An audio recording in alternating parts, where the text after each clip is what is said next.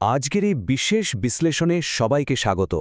আজ আমরা ভীষণ প্রাসঙ্গিক এবং গুরুত্বপূর্ণ একটা বিষয় নিয়ে কথা বলবো, আর সেটা হলো শিশুদের মনন বিকাশ এবং শিক্ষাক্ষেত্রে সাফল্যের জন্য একটা আদর্শ পরিবেশ কিভাবে গড়ে তোলা যায়।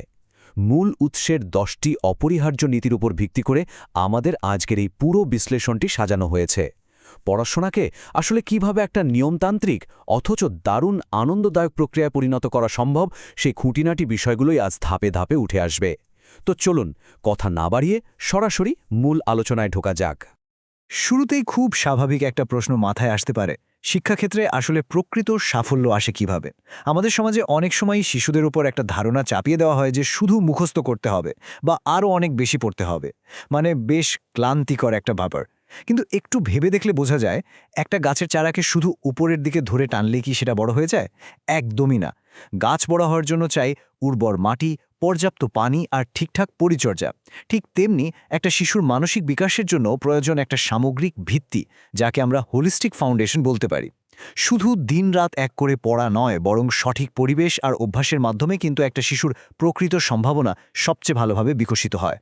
তো আজকের এই পুরো আলোচনাকে মূলত 4টি মূল স্তম্ভে ভাগ করা হয়েছে। প্রথমত, প্রাত্যহিক রুটিন ও স্বাস্থ্য; দ্বিতীয়ত, মনোযোগ বৃদ্ধি ও ডিজিটাল বিরতি; তৃতীয়ত, কার্যকর পঠন ও শিক্ষার অভ্যাস; এবং সবশেষে ভীতি জয় ও শেখার আনন্দ।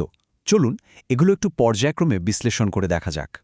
শুরুতেই আসা যাক আমাদের প্রথম স্তম্ভে, প্রাত্যহিক রুটিন ও স্বাস্থ্য। এটা মূলত একটা মজবুত ভিত্তি গড়ে তোলার একদম প্রাথমিক শর্ত। এখানে সময় মতো ঘুম আর মনোযোগের অভাব, এই দুটোর মধ্যে কিন্তু বেশ পরিষ্কার একটা বৈপরীত্য আছে।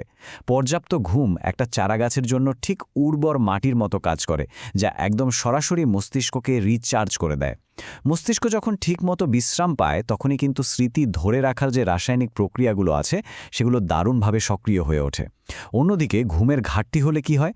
ক্লাসে বারবার আনমনা হয়ে পড়ার প্রবণতা বাড়ে এবং স্বাভাবিকভাবেই নতুন কিছু শেখার ক্ষমতা মারাত্মকভাবে বাধাগ্রস্ত হয়। মূল উৎস থেকে আমরা দেখতে পাই একটা সুস্থ প্রাত্যহিক রুটিন মূলত 3টি ধাপে কাজ করে। প্রথমে সময়মতো ঘুম মস্তিষ্ককে পর্যাপ্ত বিশ্রাম দেয়। এর ফলে পরদিন সকালে একদম সতেজ হয়ে ওঠা অনেক সহজ হয়ে যায়। এরপর আসে প্রতিদিন রুটিন মেনে পড়ার বিষয়টা। এই শৃঙ্খলার মধ্য দিয়ে এগোলে পড়াশোনাকে আর আলাদা করে কোনো বাড়তি চাপ বা বোঝা মনে হয় না, বরং প্রতিদিন সকালে ঘুম থেকে ওঠা বা খাবার খাওয়ার মতো এটাও দৈনন্দিন জীবনের একটা খুব সাধারণ অংশে পরিণত হয়। এবার আমাদের দ্বিতীয় স্তম্ভ, মনোযোগ বৃদ্ধি এবং ডিজিটাল বিরতির মাধ্যমে স্ক্রিন টাইম কমিয়ে আনা। আজকালকার এই আধুনিক ডিজিটাল ডিস্ট্র্যাকশনগুলোকে একদম আক্ষরিক অর্থেই আগাছার সাথে তুলনা করা যায়।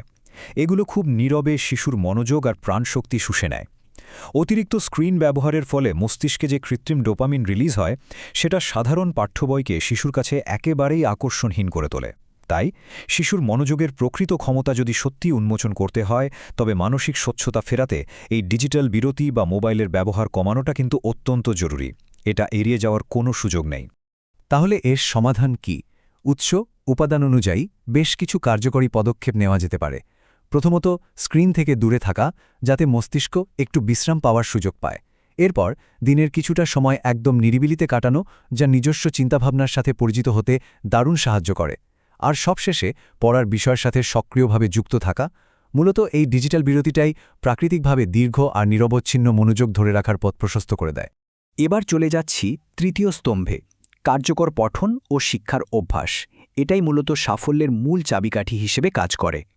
এখানে সাফল্যের জন্য জাদুর কোনো কাঠি নেই, বরং 3টি খুব সাধারণ অভ্যাসই এখানে জাদুর মতো কাজ করে। প্রথমত, স্কুলের হোমওয়ার্ক ঠিকমতো করা। এটা কিন্তু কেবল একটা দায়সারা কাজ নয়, বরং এটা হলো যা শেখা হয়েছে তার একটা চমৎকার মহড়া। দ্বিতীয়ত, পাঠ্যবইয়ের বাইরের বিশাল জগৎটাকে জানার জন্য বই পড়ার অভ্যাস গড়ে তোলা। আর তৃতীয় বিষয়টি শুনে হয়তো একটু অবাক লাগতে পারে, সুন্দর হাতের লেখা চর্চা। হ্যাঁ, এই ডিজিটাল যুগেও হাতের লেখা সুন্দর করার প্রচেষ্টা একটা শিশুর মধ্যে অদ্ভুত এক ধৈর্য আর শৃঙ্খলার বিকাশ ঘটায়। এখানে লাইব্রেরির গুরুত্বটাও একটু বলা দরকার। লাইব্রেরি তো কেবল বইয়ের কোনো সংগ্রহশালা নয়, এটি শিক্ষার এক অত্যন্ত পবিত্র স্থান। এর চারপাশের শান্ত পরিবেশ শিশুকে স্কুলের গণ্ডি পেরিয়ে একদম অসীম জ্ঞানের সাগরে বিচরণ করার সুযোগ করে দেয়। এটা এমন এক নিবেদিত পরিবেশ যা আসলে বিশ্বদর্শনকে প্রসারিত করে এবং একজন শিশুকে প্রকৃত জ্ঞানপিপাসু হিসেবে গড়ে তুলতে খুব বড় ভূমিকা রাখে। আর সবশেষে আমাদের চতুর্থ এবং চূড়ান্ত স্তম্ভ ভীতি জয় ও শেখার আনন্দ। এই পর্যায়টা হলো আমাদের সেই চারাগাছের চূড়ান্ত পরিণতি, একদম একটা প্রস্ফুটিত ফুল। যখন রুটিন, ঘুম এবং ভালো অভ্যাসগুলো একত্রে কাজ করতে শুরু করে, তখন শিশুর আত্মবিশ্বাস বহুগুণ বেড়ে যায়। আর এই আত্মবিশ্বাসী পরীক্ষার মতো ভীতিকে অনেক দূরে ঠেলে দেয়। তখন পরীক্ষার কোনো ভীতিকর বাধা থাকে না, বরং নতুন কিছু শেখার এবং নিজেকে যাচাই করার একটা দারুণ আনন্দদায়ক মাইলফলক হয়ে দাঁড়ায়। উদ্বেগ থেকে এই যে উৎসাহের দিকে উত্তরণ, এইটাই তো শিক্ষার প্রকৃত সার্থকতা, তাই না? আজকের এই বিশ্লেষণের একেবারে শেষে এসে খুব গভীর একটা ভাবনার জায়গা তৈরি হয়।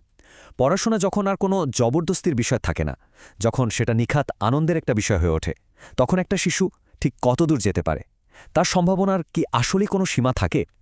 একটা সুগঠিত পরিবেশ আর সঠিক পরিচর্যা পেলে আগামী প্রজন্ম এমন এক উচ্চতায় পৌঁছাতে পারে যা হয়তো কল্পনারও অতীত। আশা করা যায় আজকের এই আলোচনা শিক্ষাক্ষেত্রে নতুন এক দিগন্তের সূচনা করতে সাহায্য করবে। সাথে থাকার জন্য ধন্যবাদ।